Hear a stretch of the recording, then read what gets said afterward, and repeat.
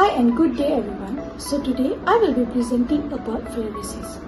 Imagine a disease that begins with something as small as mosquito bite, yet has the power to cause lifelong disability and suffering.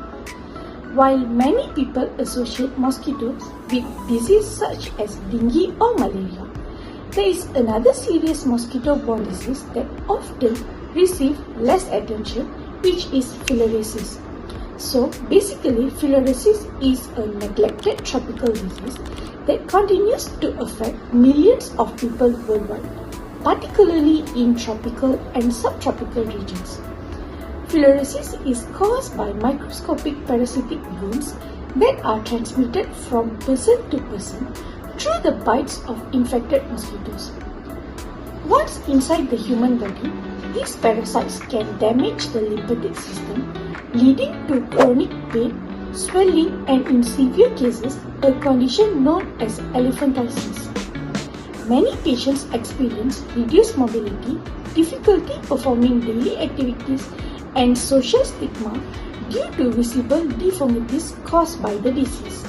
Let's moving on to the background information of filariasis. There are 3 types of filariasis that you need to know.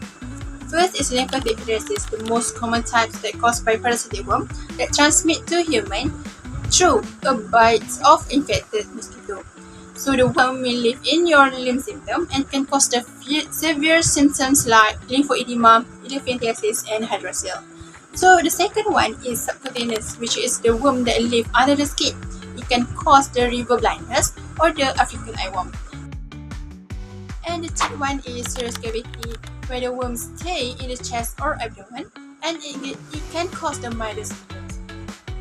So for the life cycle is simple, which is it starts with infection when a mosquito is inject the larvae into the bite wound, and then the maturation, which is the larvae grow into the adult worm and flood the bloodstream with millions of microfilariae.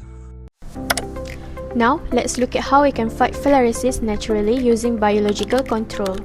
Biological control means using a vector's natural enemies or competitors to suppress mosquito populations and stop disease transmission.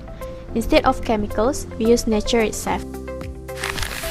For filariasis, we focus heavily on the larval stage.